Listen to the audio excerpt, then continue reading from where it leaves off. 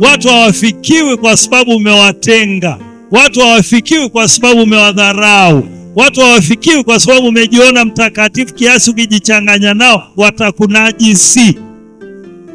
Hakuna chumvi inayokolea kwenye chakula isipochanganywa na chakula. Na ninyi Waadventista wa Sabato wachache mlioko katika eneo la Southern Corridor, amina waambia, msipojichanganya vizuri na watu hamtakolea.